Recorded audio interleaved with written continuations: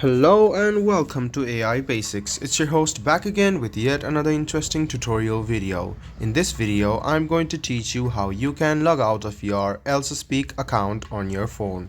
Go ahead and locate Elsa Speak and then tap on it. Now, you can go ahead and click Profile, which is on the bottom right hand corner of your screen. Now click on your profile or this arrow over here. Scroll down until you see Logout.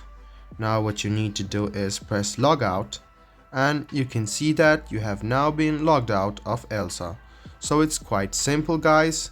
All you need to do is go ahead and tap on your profile, tap on that arrow button and scroll down and tap on Logout. This way you will be logged out of your Elsa Speak account. I hope this video was helpful for you. If you still have any kind of confusion, please do mention us on the comment section down below. Like the video, subscribe to the channel and do hit the bell button for more. Hope to see you in the next video as well. Until then, goodbye, take care and make sure you enjoy.